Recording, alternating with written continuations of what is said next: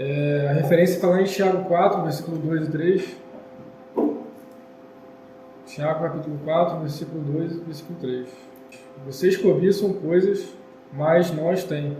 Matam e invejam, mas não conseguem obter o que desejam. Vocês vivem a lutar e a fazer guerras. Não têm porque não pedem. Quando pedem, não recebem, pois pedem por motivos errados para gastar em seus prazeres. Então, são dois versículos ali que falam instruções práticas para a gente, né? Acerca dessa questão do pedir. Eu vou desenvolver esse tema em 3 pontos, né? Mas para introduzir, eu vou falar primeiramente sobre os desejos do homem natural, o desejo do homem mau e o desejo dos homens que buscam a Deus. Em relação aos desejos do homem natural, né? Em relação a isso, a nossa carne ela já é inclinada, né, para ter desejos. Mas não é porque é meramente da carne que esse desejo é ruim, esse desejo é mau. Então a gente precisa dividir isso. Há essas 3 divisões: ao desejo do homem, ao desejo da carne, ao desejo mau e ao desejo do homem que busca Deus, né? Então o homem natural, o Charles Spurgeon, ele exemplifica como se fosse uma anêmona do homem, como se fosse uma anêmona do mar. Uma anêmona do mar é um bicho cheio de tentáculos, né? Vários tentáculos, né?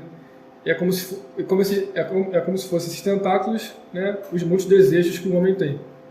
Então, vários tentáculos, vários desejos, vários pensamentos, várias coisas vindo à mente, várias coisas vindo ao coração, né? E não necessariamente isso é ruim. Também não necessariamente isso é bom. São só inclinações que o homem tem naturalmente, né? Desejos. E o desejo do homem mau, né? Aí já é algo que não é bom, né? A palavra diz, se é mal, né? Não é bom. Aí já é um homem que se permite levar, sem levar em consideração a vontade de Deus para a vida dele.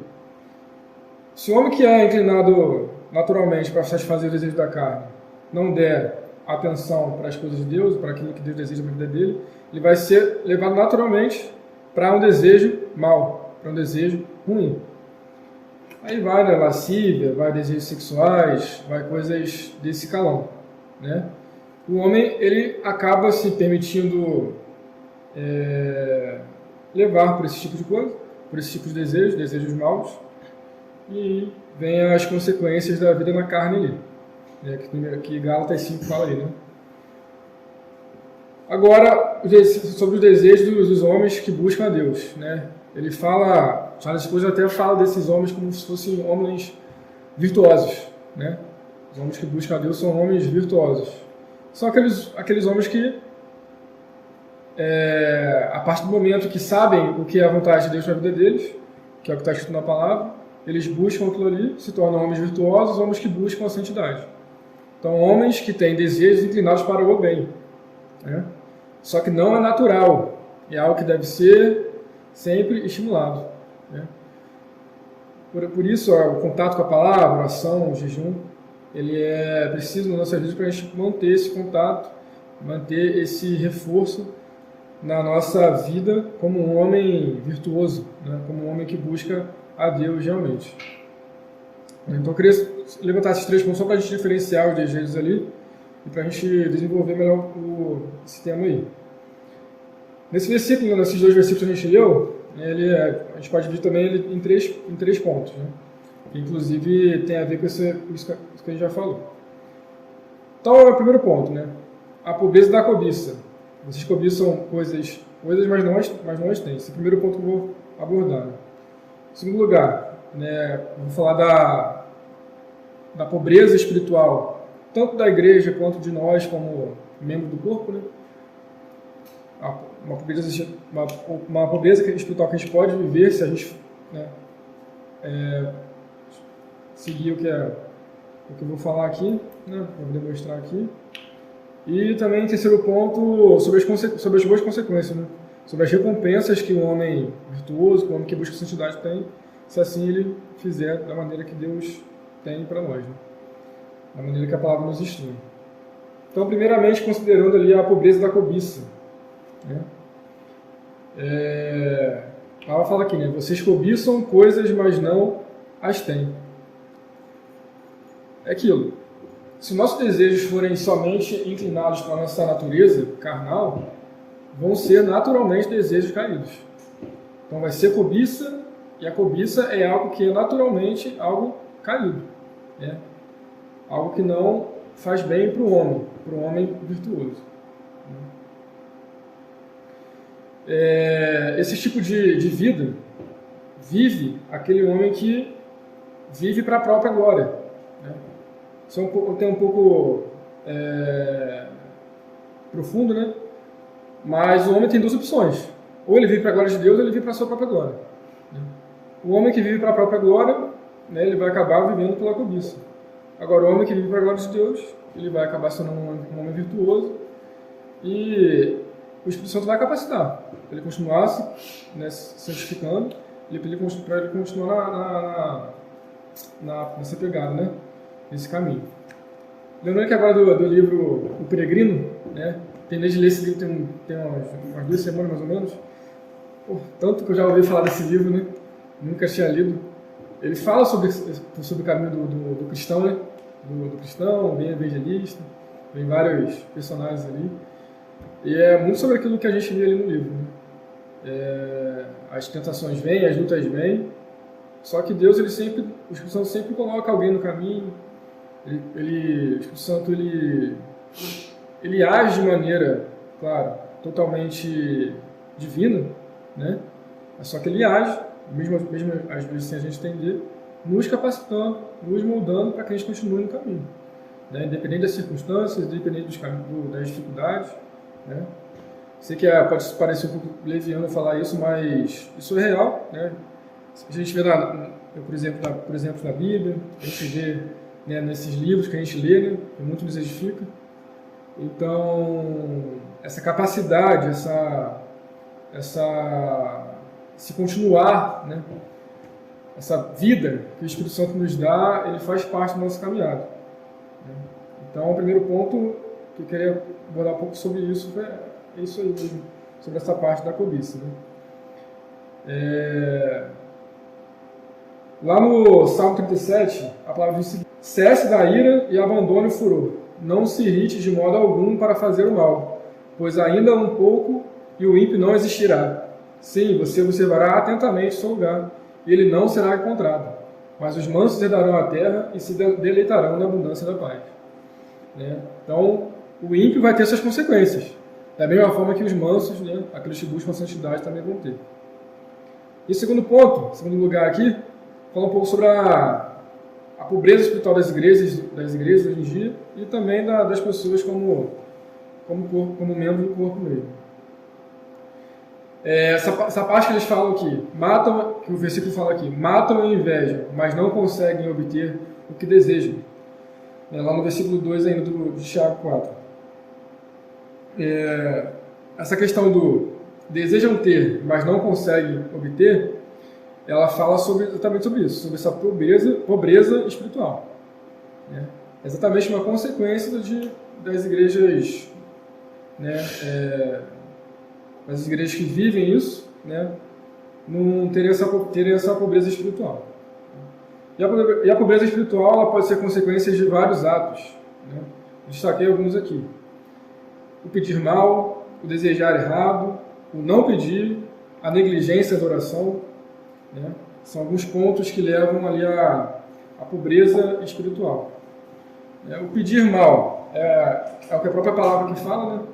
Não saber pedir por motivos errados, pedir às vezes por arrogância, pedir às vezes por inclinação do próprio desejo, não daquilo que Deus quer, né? Então esse é o pedir mal. Ele fala ali, Charles Spurgeon, que ele exemplifica, né, esse pedir mal. Por exemplo, quando o pastor tem duas igrejas próximas, aí os membros de uma igreja vê que o pastor da outra igreja fala bem, né, estudar, aí eles começam a querer aquilo para si, né? Outro exemplo, por exemplo, a igreja que investe muito em coisas superficiais, né? Iluminação, esse tipo de coisa. São coisas que pode até ter um certo grau de importância, mas não é a finalidade da igreja, né? E se a igreja se atentar muito para esse tipo de coisa, ela vai acabando ficando pobre espiritualmente falando, né? E as coisas não acontecem, né? As coisas que realmente devem acontecer, né? Pessoas aceitando Jesus, vidas sendo transformadas, né? Essa riqueza espiritual acaba não acontecendo por conta desse erro, né? O desejar errado, o não pedir e a negligência da oração. Vamos ver que a conclusão dessa palavra, ela fala muito sobre a oração, né? E sobre a negligência da oração, ele fala aqui, formalidades na oração e pedir duvidando. Às vezes a pessoa, igual a própria palavra fala, né? A questão do fariseu, né? Ele fala bonito, ele quer falar, repetir, fazer orações longas, mas não tem sinceridade naquilo ali. Acaba se tornando algo formal, mas não é algo sincero para com Deus, né? Esse tipo de oração Deus não ouve. Também o pedir duvidando. Ele falou aqui também, usou um exemplo muito interessante. Que imagina a gente está passando por uma situação, aí vai o nosso melhor amigo, pede uma ajuda a ele, mas já achando que, já pedindo a ele, já falando que não sei se você vai me ajudar, né? Estou te pedindo aqui porque você é meu amigo, mas eu acho que você não vai me ajudar, não. Tem pessoas que oram pedindo as coisas para Deus dessa forma, né? Pedindo a Deus, mas duvidando já daquilo que está pedindo a Deus, né? Esse estilo de oração Deus também não ouve, né? Então, são coisas que levam à pobreza espiritual, né? Não só da igreja, mas também dos membros da igreja. Em terceiro lugar, fala um pouco aqui sobre a riqueza que aguarda o uso dos meios corretos. Então, se a palavra fala aqui que tem um meio errado de fazer isso, né, de pedir a coisa para Deus, não quer dizer que tem um meio certo, né? Não tem porque não pedem. Quando pedem, não recebem, pois pedem por motivos errados para gastarem seus prazeres. Então, se tem motivos errados, se tem coisas erradas a se fazer, também tem coisas certas. Pedir, aqui nesse contexto, ele é o mínimo que Deus espera da gente. Então não dá para a gente querer ter as coisas esperando o poder de Deus, esperando a intervenção divina, se a gente não pede. A gente sabe que Deus sabe todas as coisas, Ele é onisciente, onipresente, onipotente. Só que a gente precisa pedir. Às vezes eu mesmo pego nesse erro, né? Às vezes a gente sabe que a gente não é merecedor de nada, né? Que a gente erra, que a gente falha. E se a gente se apegar nisso, a gente acaba não pedindo. Porque a gente é isso, aquilo outro. Mas se a gente não pedir, nossa vida não vai para frente, né? Se a gente não pedir, Deus claro que Ele pode fazer, mas não vai ser da forma correta aqui, né? Pedindo a Deus, fazendo da forma certa, não pedindo para as inclinações dos nossos desejos, mas pedindo para aquilo que está condizendo com a vontade de Deus para nossas vidas, né? Então, pedir é o mínimo que Deus espera de nós, né? Quer queiramos ou não, né? Essa é a regra. E Deus fez isso com o próprio Jesus. Lá no Salmo versículo 2, deixa eu botar aqui. Salmo, né? Claro, Jesus não estava ali ainda, mas era uma palavra que era tipo, endereçada para Jesus. Era Deus falando, né, por meio de Davi, acho que Salmo 2 para Davi. Mas era Deus falando, né, Jeová falando, profetizando Jesus ali. Diz o seguinte, ó: peça-me e eu lhe darei as nações por herança, e os confins da terra por possessão. Então aqui é como se fosse Deus falando para o próprio Jesus pedir a ele, para Deus conceder tudo aquilo ali para Jesus. Então, se essa é uma regra que Deus usou para o seu próprio filho, que é divino como ele, imagina para a gente, né? Quanto mais para a gente. Então, se isso funcionava até com Jesus, quanto mais para a gente. A gente precisa pedir a Deus com a motivação correta, com a inclinação correta do nosso coração, confiando já que Ele vai fazer. Aqui alguns exemplos. Deus abençoará Elias e enviará chuva sobre Israel, mas Elias precisa orar por isso. Se a nação escolhida deve prosperar, Samuel precisa interceder por ela. Se os judeus devem ser libertados, Daniel precisa interceder. Deus abençoará Paulo e as nações serão convertidas por meio dele. Mas Paulo precisa orar. Ele orou incessantemente. Suas epístolas mostram que ele não esperava nada a mais a não ser pedindo a Deus. Então aqui são alguns exemplos, né, de personagens bíblicos que oraram para Deus intervir. Fizeram da forma correta, né? Pedindo a Deus para que ele intervenha para fazer a vontade dele no meio daquele contexto que eles estavam vivendo. Então eles pediram de forma correta e o Senhor interviu. Algumas coisas podem até ser conquistadas através do esforço material, porém o dom de Deus não pode ser comprado com dinheiro, né? O Espírito Santo ele sopra só onde ele quer, né? Deus é soberano para isso, né? Então a gente precisa pedir a intervenção dele. A gente só pode fazer isso através da oração. A oração é a grande porta da bênção espiritual. Se você a fechar, você fecha a porta para o favor de Deus. Então, resumindo um pouco o que a gente já falou aqui, a importância dessa palavra, né, a essência dessa palavra é a vida fervorosa de oração. É a vida, né, que a gente tem de intimidade com Deus, mas que a gente tem em oração. A gente só vai ter essa vida porque nós oramos. Diariamente confiamos em Deus, não pedimos duvidando, não fazemos isso por mera religião, mas realmente acreditamos, temos fé, cremos que Deus vai intervir, né? A oração ela é muito importante, ela faz parte da nossa vida mesmo.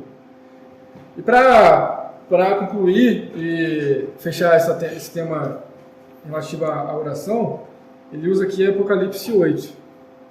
Né? Só os primeiros versículos aqui de Apocalipse 8.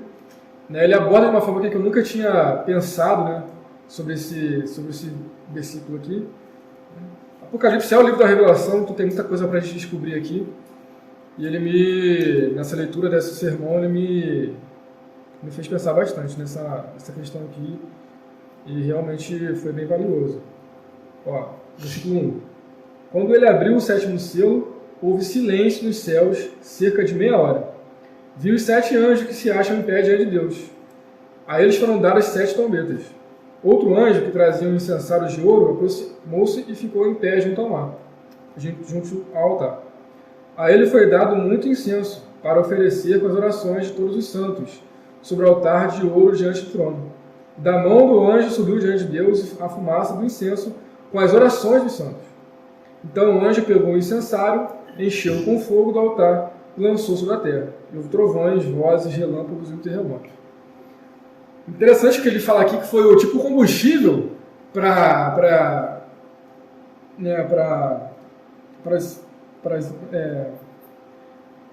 o incenso subir mesmo, realmente, como se fosse um combustível ali, foi a oração dos santos.